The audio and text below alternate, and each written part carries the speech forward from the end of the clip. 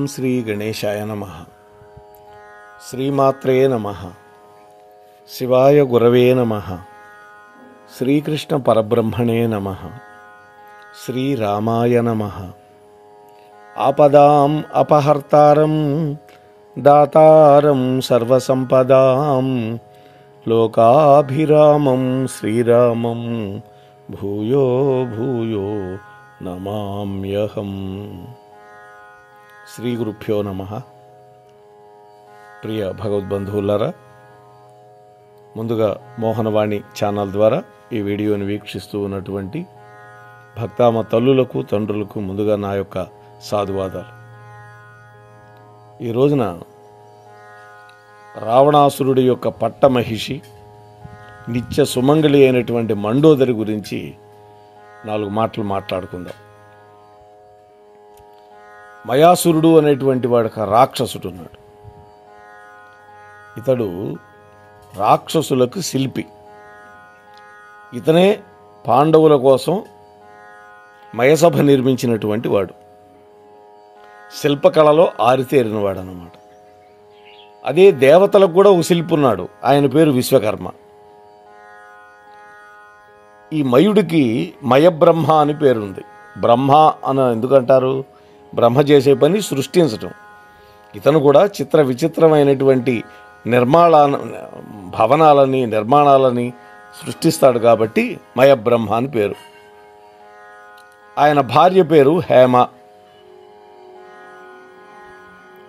ఈ హేమ కోసమే రామాయణ కాలంలో ఒక అద్భుతమైనటువంటి బిలంలో ఒక అద్భుతమైన తోటని తయారు చేసి ఇచ్చాడు మయాసురుడు. ఆ తరువాత ఆ హేమ అప్సరకాంత కొంతకాలం అనుభవించిన తర్వాత తన స్నేహితురాలైనటువంటి స్వయంప్రభకిచ్చి వెళ్ళిపోయింది. అక్కడే హనుమంతుడు, వానరులు, అంగదుడు వీళ్ళంతా సేదదీరి మళ్ళా ఆ స్వయంప్రభ యొక్క అనుగ్రహం వల్ల సముద్ర తీరానికి వచ్చారు. సుందరకాండలో ఉంటుంది. సుందరకాండ కంటే ముందు కిష్కింధాకాండ. ఈ హేమ ఒక అప్సరకాంత. వాళ్ళ సంతానమే మండోదరి. ఈ మండోదరి లోకోత్తర సుందరి అని సుందరకాండలో ఎంఎస్ రామారావు గారు పాడతారు. ఆంజనేయ స్వామి అంతటి వాడు ఈ మండోదరిని చూసి సీతగా భ్రమించాడు. ఆ తర్వాత నాలిక ఖర్చుకున్నాడు, అది వేరే విషయం. అంతటి అందగత్య, అంతటి పతివ్రతామ శిరోమణి, సుగుణవతి. తనకు ఒక అందమైనటువంటి భవనం నిర్మించి ఇవ్వమని అడగడం కోసం యముడు దగ్గరికి వెళ్ళాడు. మయుడి దగ్గరికి వెళ్ళాడు రావణాసురుడు. అప్పుడు అనుకోకుండా ఈ మండోదరి ఆయన కంటపడింది. చూడండి, మయుడి దగ్గరికి వెళితే ఒక భవనం నిర్మించమని అప్పుడు ఆ మయుడు పుత్రిక అయినటువంటి ఈ మండోదరి రావణాసురుడు కంటపడింది. మొదటి చూపులోనే ఆమెను మోహించాడు. అతని బుద్ధి తెలిసినటువంటి మయుడు అతనికి తన కుమార్తెను ఇవ్వనంటే ఇవ్వనన్నాడు. అయితే ఆ దంపతులని నయానా భయానా ఒప్పించి ఆమెను వివాహం చేసుకున్నాడు రావణాసురుడు.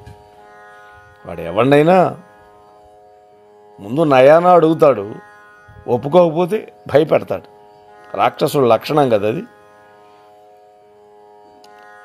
వలచి మరీ ఆమెను పెళ్లి చేసుకున్నటువంటి రావణాసురుడు మొదట్లో బాగానే ఉన్నాడు. కానీ కొద్ది కాలానికే తిరిగి ఆ రాక్షస ప్రవృత్తి వాడిలో మేల్కొంది. పరకాంతల యొక్క పొందు కోసం వెంపర్లాటం మొదలుపెట్టాడు. ఎంత గొప్ప శివభక్తుడైనా, ఎంత వేదాలు చదువుకున్నా, ఎంత రుద్రాధ్యాయాన్ని రచించి ప్రతినిత్యం అనేక వేల శివలింగాలకు పూజ చేసినా కూడా, ఎంతటి పరాక్రమవంతుడైనా ఆ రావణాసురుడికి పరస్త్రీ వ్యామోహం అనేటువంటి ఒకానొక గొప్ప అవలక్షణం ఉంది. అది గ్రహించింది మండోదరి. భర్తని సరిచేయాలి అని ప్రయత్నించింది. కానీ కుక్కతోక వంకరని సామెత ఉంది, విఫలమైంది పాపం. ఇక చేసేదేమి లేక ఓర్పుతోటి సహిస్తూ ఉన్నది. భర్తతో కలిసి తాను కూడా శివ పూజలు చేసుకుంటూ ఉన్నది. రావణాసురుడు సీతాదేవిని అపహరించుకొని వచ్చాడు కదా, ఆ అపహరించుకొని వచ్చి అశోకవనంలో పెట్టినప్పుడు కూడా ఈ మండోదరి వ్యతిరేకించింది. నాథ, నా మాట విను, ఇంతమంది భార్యలున్నారు, ఇంతమంది దేవకాంతలు నిన్ను వలచి వరించి వచ్చారు. వాళ్ళందరినీ పక్కన పెట్టేసి ఆ రాముడి భార్య అయినటువంటి సీతమ్మని నువ్వు తెచ్చావు. రాముడి యొక్క ఆగ్రహానికి గురి కావద్దు. నా మాట విని ఆ సీతాదేవిని మళ్ళీ ఆ రాముడికి అప్పగించు అని పరిపరి విధాలుగా ప్రాధేయపడింది ఆ తల్లి. చివరికి రాముడు రావణాసురుడి మీదకి యుద్ధం ప్రకటించినప్పుడు రాముడితో యుద్ధం జరగబోయే ముందు రోజు కూడా మండోదరి రావణాసురుడికి తన ఆలోచనలని వివరించి చెప్పింది. ఇప్పటికైనా సీతమ్మని విడిచిపెట్టు, రాముడి పరం చేయి అని పదే పదే బోధించింది. కానీ ఆమె ప్రయత్నాలన్నీ కూడా చెవిటివాడి ముందు ఊదినటువంటి శంఖంలాగా మారిపోయినాయి. చెవిటివాడి ముందు శంఖం ఊదామనుకోండి, వాడికి ఏమి శబ్దం వినపడదుగా. యుద్ధంలో రావణాసురుడిని వధించాడు రామచంద్రమూర్తి. ఆ తరువాత యుద్ధ ప్రాంగణాన్ని ఈ మండోదరి వచ్చి సందర్శించింది. భర్త మరణించిన ప్రదేశానికి వచ్చింది. మహావీరుడైనటువంటి తన భర్త విగత జీవుడై రణరంగంలో పడి ఉన్నటువంటి దృశ్యం ఆమె మనస్సుని కలిచిపారేసింది. రాముణ్ణి శపిద్దామని కూడా బయలుదేరుతుంది. అయితే పరమ శాంతమూర్తిలా ఉన్నటువంటి రామచంద్రమూర్తిని చూసి ఆమె తన మనస్సుని మార్చుకుంది. తప్పంతా భర్తదే, రాముడిదేం లేదుగా. ఎవరి భార్యనైనా అపహరిస్తే ఊరుకుంటారా చూస్తూ? రామచంద్రమూర్తి సాక్షాత్తు విష్ణువు యొక్క అవతారమని గ్రహించింది. స్త్రీల పట్ల ఆయనకున్నటువంటి గౌరవాన్ని, ఆదరాభిమానాలని స్వయంగా చూసి నిండు మనస్సుతో నమస్కరించింది మండోదరి. అంతేకాదు, దానికంటే ముందు భర్త శవం మీద పడి, నీకేదో శత్రువులున్నారు, బయట శత్రువులున్నారు అనుకున్నావు, నీలో ఉన్నటువంటి అరిషడ్ వర్గాలనే శత్రువులను జయించలేక ఇంద్రియాలకి లోనైపోయి ఈ విధంగా మరణం తెచ్చుకున్నావు అని విలపిస్తుంది. మానవుడికి శత్రువులు ఎవరో కాదు, కామ క్రోధ మోహ మద మాత్సర్యాలనేటువంటి అరిషడ్ వర్గాలే. అలాగే ఇంద్రియాలు కూడా బలమైనటువంటివి, అవి మానవుణ్ణి పతనానికి తీసుకువెళతాయి అని బాధపడినటువంటి మండోదరి నిండు మనస్సుతో రామచంద్రమూర్తికి నమస్కరించి ఆ మహానుభావుడి యొక్క మన్ననలు కూడా పొందగలిగింది. ఆయన అభిమానానికి పాత్రురాలైంది. తన భర్త యొక్క శరీరానికి అంత్యక్రియలు నిర్వహించేందుకు అనుమతి ఇవ్వమని ప్రార్థించింది ఆ తల్లి. రాముడు కూడా ఆమె మాటలను మన్నించాడు. విభీషణుని పిలిచాడు. నాయనా విభీషణ, జ్యేష్ఠ భ్రాత పితృసమహ అని శాస్త్రం చెబుతోంది. మీ పెద్దన్న అయినటువంటి రావణాసురుడి యొక్క అంతిమ సంస్కారాలు జరుపు అని సూచించాడు. అప్పుడు విభీషణుడు, ఇటువంటి దుర్మార్గుడుగా నేను అంత్యక్రియలు చేయాల్సింది అని అడిగినప్పుడు, మరణాంతాని వైరాణి అన్నాడు రామచంద్ర ప్రభు. ఒక వ్యక్తి మరణించిన తర్వాతే ఇక అతని మీద వైరం పెట్టుకోకూడదన్నాడు. అంతేకాదు, మహాపతివ్రత అయినటువంటి మండోదరికి వితంతు అయ్యే దుస్థితి పట్టకూడదని ఆ తల్లిని నిత్య సుమంగళిగా ఉండమని, ఆ యోగం కలుగుతుందని కూడా చెప్పాడు. ఆ మండోదరి పేరు విన్నంతనే పాపాలన్నీ తొలగిపోతాయని కూడా వరం ఇచ్చాడు రామచంద్ర ప్రభు.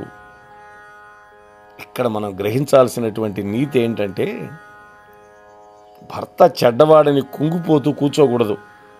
ఆడది చేతనైనంతలో ఆ చెడు లక్షణాల నుంచి భర్తని పక్కకు మళ్లించి సన్మార్గంలో పెట్టేందుకు ప్రయత్నం చెయ్యాలి. భర్త చేసే చెడు పని నివారించేందుకు అనుక్షణము పాటుపడాలి. అదే పతివ్రతామ తల్లి యొక్క ధర్మం. సాధారణంగా ఎటువంటి స్త్రీ అయినా తట్టుకోలేని శోకం ఎప్పుడు అనుభవిస్తుంది? ఆలోచించండి. భర్త మరియు కడుపున పుట్టినటువంటి కొడుకు మరణించినప్పుడు ఆ భార్యకి ఆ దుఃఖానికి అవధి ఉండదు. అంతటి దారుణమైనటువంటి దుఃఖాన్ని అనుభవిస్తుంది. కడుపున పుట్టిన పుత్రుడు పోయినా, భర్త పోయినా.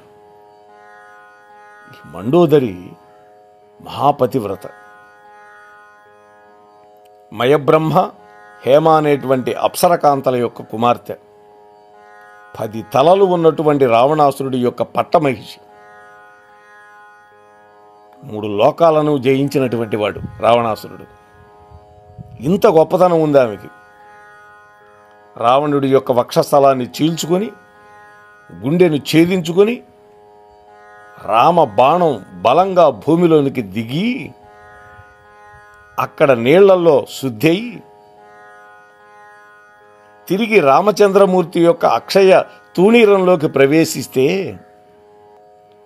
నెత్తురోడుతూ రావణుడు భూమి మీద పడిపోయి ఉన్నాడు. అది ఆ దృశ్యం.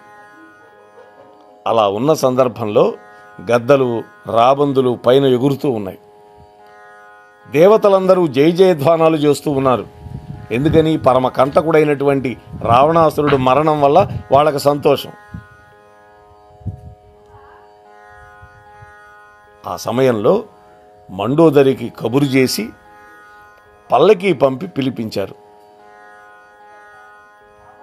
రావణాసురుడు చనిపోగానే జరిగిన ఘట్టం ఇది. ఆ మండోదరి యుద్ధభూమికి వచ్చింది.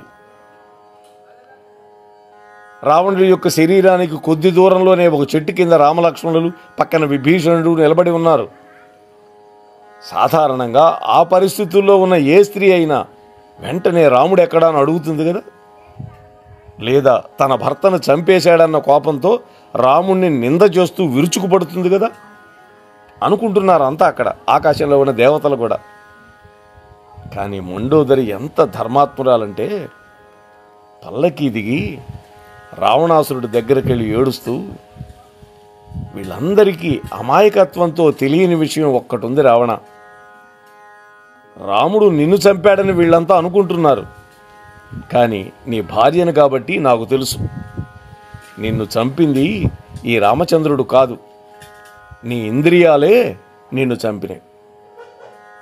ఒకానొకనాడు నీవు తాచుపామును తొక్కిపెట్టినట్లు ఈ ఇంద్రియాలని 10,000 సంవత్సరాల తపస్సు కోసం తొక్కిపెట్టావు, అణిచిపెట్టావు.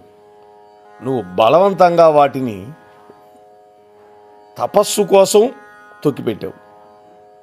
ఆ తొక్కిపెట్టినటువంటి కాలి కింద నుంచి తప్పించుకున్నటువంటి పాములాగా నీ మీద పగబట్టి నీ ఇంద్రియాలు నిన్ను ఈ రోజున కాటేశాయి రామ బాణం రూపంలో. యుక్తాయుక్త విచక్షణ తెలియదు. అయినా నాలో లేనటువంటి ఏ అందం నీకు ఈ సీతంలో కనిపించింది? ఆహా, ఏ భార్య అయినా అడుగుతుంది భర్తని. పరకాంతా గమనం చేస్తే ఈ ప్రశ్న వేస్తుంది. ఎంత మర్యాదగా మాట్లాడిందో చూడండి ఆ తల్లి. అంత శోకంలో కూడా అలా మాట్లాడటం భార్యగా ఒక్క మండోదరికే సాధ్యపడుతుంది. అందుకనే ఆమె గురించి మనం ఇవాళ చెప్పుకోగలుగుతున్నాం. ఎటువంటి పక్షపాత రహితమైనటువంటి తీర్పు చెప్పిందో చూడండి ఇక్కడ. రాముడి మీద నిందయిలా, రావణాసురుడు అణిచిపెట్టిన ఇంద్రియాల వల్లే మరణించాడు అంటున్నది భార్య. ఈ ఒక్క మాట లోకానికి కనుక అందితే మానవ జాతి చెయ్యకూడనటువంటి పొరపాట్లు చెయ్యనే చేయదు. అటువంటి మహాతల్లి మండోదరి. జాతి ఏదైతే ఏమిటండి, ఎవడి భార్య అయితే ఏమిటండి, పాతివ్రత్య ధర్మాన్ని పాటించినటువంటి తల్లి, భర్త హితం కోసం పోరాటం చేసినటువంటి అలుపెరగనటువంటి మహిళా శిరోమణి మండోదరి. మహాసౌందర్యవతి అని చెప్పుకున్నాం. ఆంజనేయ స్వామి అంతటి వాడే పొరబడ్డాడు అంటే ఆమె సౌందర్యం గురించి ఆలోచించండి. అందుకనే అడిగింది, నాలో లేనిది ఆ సీతలో ఏం కనిపించింది నీకని అడిగింది. నెగ్గదీసి అడిగింది. కాకపోతే అడిగినా కూడా పెడచెవిని పెట్టాడు. ఇప్పుడు చచ్చి భూమి మీద పడ్డాడు. రాబందులు, నక్కలు, కుక్కలు పెక్కదినే స్థితికి చేరుకున్నాడు. అందుకనే భార్య మాట వింటే ఎవడైనా బాగుపడతాడు అని మనం అర్థం చేసుకోవాలి. భార్యాభర్తలు అన్యోన్యంగా ఉండాలి. ఒకరి మాటను ఒకళ్ళు గౌరవించుకోవాలి. మంచి చెప్పినప్పుడు, అందుకనే కరణేషు మంత్రి అన్నారు భార్యని. సలహా ఇచ్చేటప్పుడు మంత్రిలాగా ఉంటుంది అన్నారు. నీ మేలు కోదేది భార్య, నీ శాంతి స్థానం భార్య అని మీతో మనవి చేసుకుంటూ ముగిస్తున్నాను. స్వస్తి. మోహన్వాణి తెలుగు పోడ్కాస్ట్ వింటున్న శ్రోతలందరికీ హృదయపూర్వక ధన్యవాదాలు. వినండి, వినిపించండి, వింటూనే ఉండండి మోహన్వాణి తెలుగు పోడ్కాస్ట్. మీరు వింటున్నారు మోహన్వాణి.